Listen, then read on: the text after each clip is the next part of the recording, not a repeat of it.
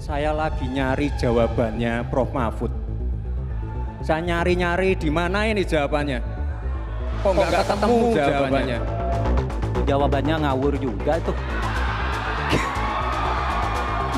Gila. Ngarang-ngarang ndak karuan, mengkaitkan dengan sesuatu yang tidak ada. Saya kembalikan ke moderator. Ini tidak layak dijawab pertanyaan kayak gitu. Tidak ada yang dijawab. Kalau substansinya kuat nggak perlu banyak atraksi. Tapi kalau substansinya lemah harus ditutupi dengan atraksi. Oke? Itu sederhana sekali. Yang kedua, ketika kita menyampaikan gagasan, akan bisa terlihat mana gagasan yang otentik, mana yang kosmetik.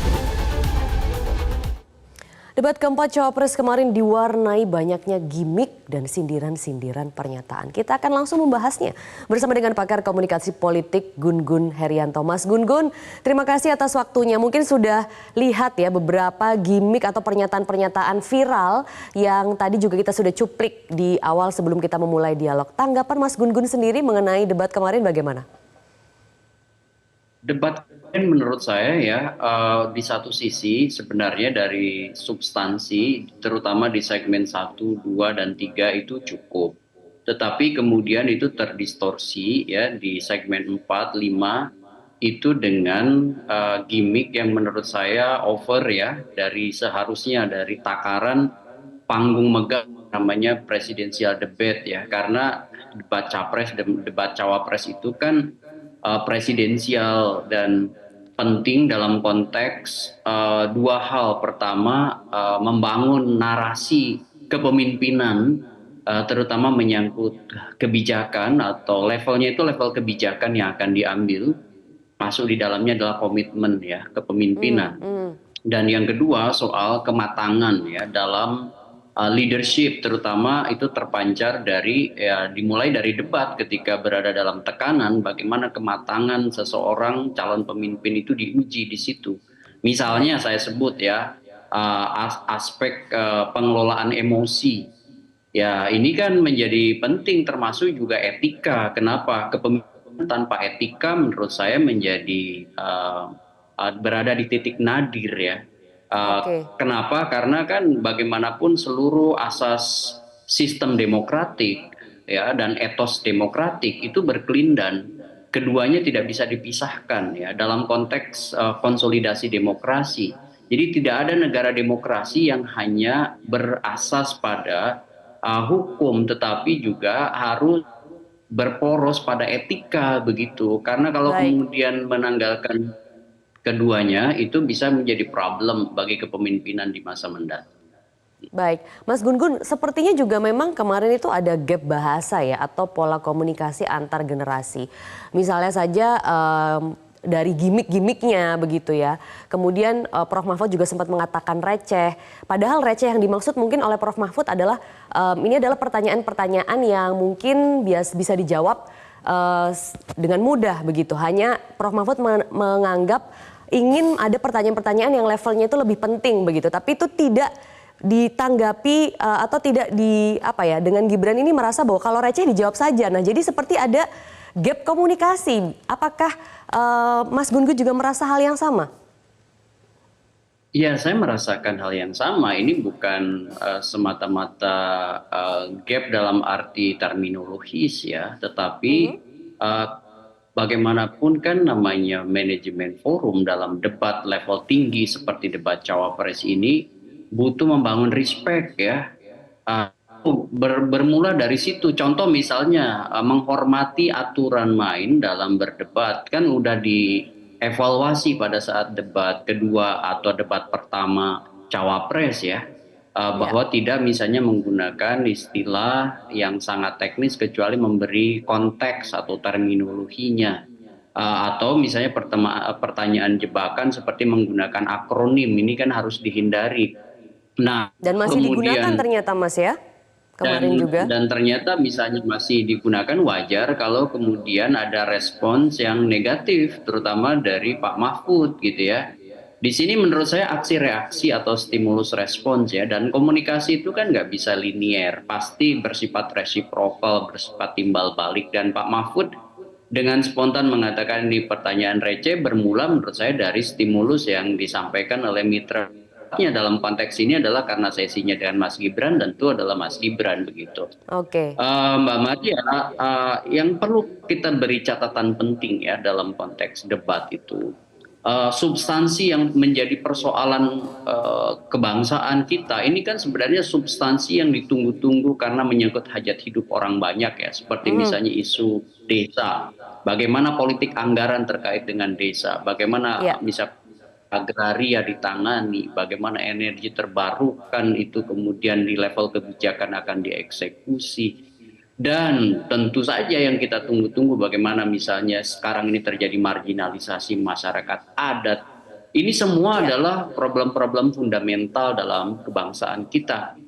Nah, tadi malam itu udah bagus berjalan di segmen 1, 2, 3, tetapi kemudian sekali lagi dengan segala perlu saya sampaikan itu mengalami degradasi terutama dengan gimmick yang sebenarnya tidak perlu dan sangat tidak lazim ya dalam yang disebut dengan panggung presidensial debate begitu. Baik. Kemudian juga Mas Gun-Gun, etika ini berkali-kali disinggung oleh Cawapres 01. Nah, menurut Mas Gun-Gun, kita akan lihat pernyataannya ya mengenai etika terlebih dahulu sebelum kita tanggapi. Diskusi di sini bukan tebak-tebakan definisi, tebak-tebakan singkatan. Kita levelnya adalah policy dan kebijakan. Prinsipnya sederhana.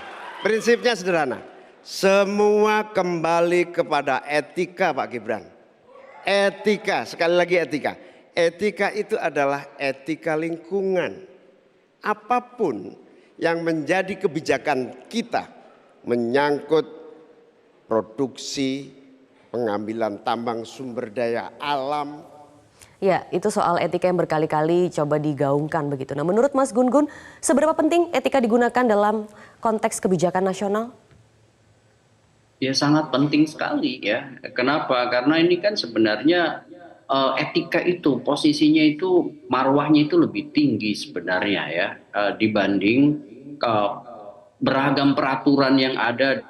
Misalnya keputusan model konsensus dalam misalnya hukum sekalipun. Kenapa? Karena kalau misalnya hukum tanpa dilandasi oleh nilai-nilai etis ya, kemudian juga tidak ada proses pengelolaan etika dalam kepemimpinan, maka seluruh ya apapun itu bisa berakhir dengan keburukan bagi banyak orang gitu ya. Makanya kemudian etika ini menjadi landasan yang kerap kali orang anggap hanya sekedar patut dan tidak patut gitu ya. Padahal kepatutan itu sebenarnya kan memiliki supremasinya sendiri dan itu luhur sekali gitu. Kalau kemudian kita bicara misalnya negara demokrasi yang maju, negara demokrasi berkeadaban, pasti ya menjunjung tinggi yang disebut dengan etika, terutama etika publik dalam segala lingkup, dalam segala termasuk etika dalam konteks pembangunan. Nah, Mbak Maria, saya ingin memberi tekanan begini. Sekali lagi ya, debat ini kan sebenarnya edukasi sekaligus konfirmasi atas kualifikasi seseorang untuk menjadi pemimpin. Dan tidak hanya semata-mata substansi, aspek retorik bisa menghantarkan substansi. Misalnya dengan data, dengan argumen itu yang disebutkan logos, tetapi ingat juga ada aspek etos dan patosnya, ada bicara soal aspek emosi, kredibilitas gitu. Dan kredibilitas itu menurut saya salah satunya disumbang juga dari bagaimana kita mematutkan diri ya sebagai refleksi ya dari keinginan seseorang atau sekelompok orang untuk memimpin dalam proses sirkulasi elit 5 tahunan. Dan refleksi untuk mematutkan diri itu menurut saya harus sifatnya interaksionis.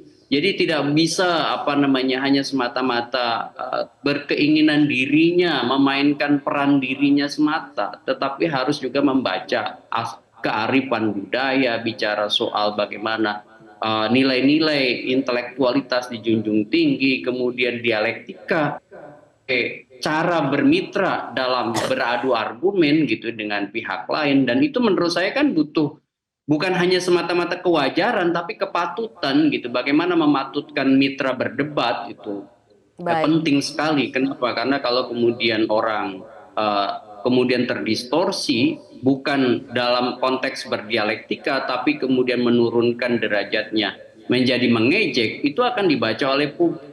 Bukan hanya semata-mata menjengkelkan bagi sebagian pendukung paslon lain, tapi juga menurut saya memberi suguhan yang kurang elok ya, terutama di pembelajaran di masyarakat begitu. Nah, menurut saya kita masih punya debat kelima.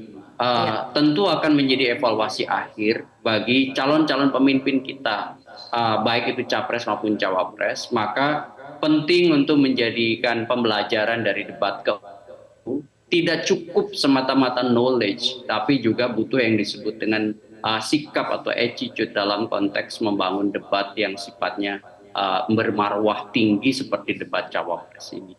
Baik, terima kasih pakar komunikasi politik Gun Gun Herianto sudah berbagi sama-sama. informasi di Metro Siang.